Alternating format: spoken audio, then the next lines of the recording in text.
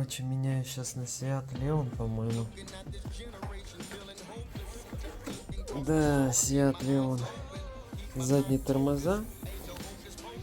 Короче, как он откручивается? Направляющие вот остаются здесь. И тебе надо... Короче, они зажимаются здесь вот так. И смотрите, как колодки сточились. Одни железки остались. Вот.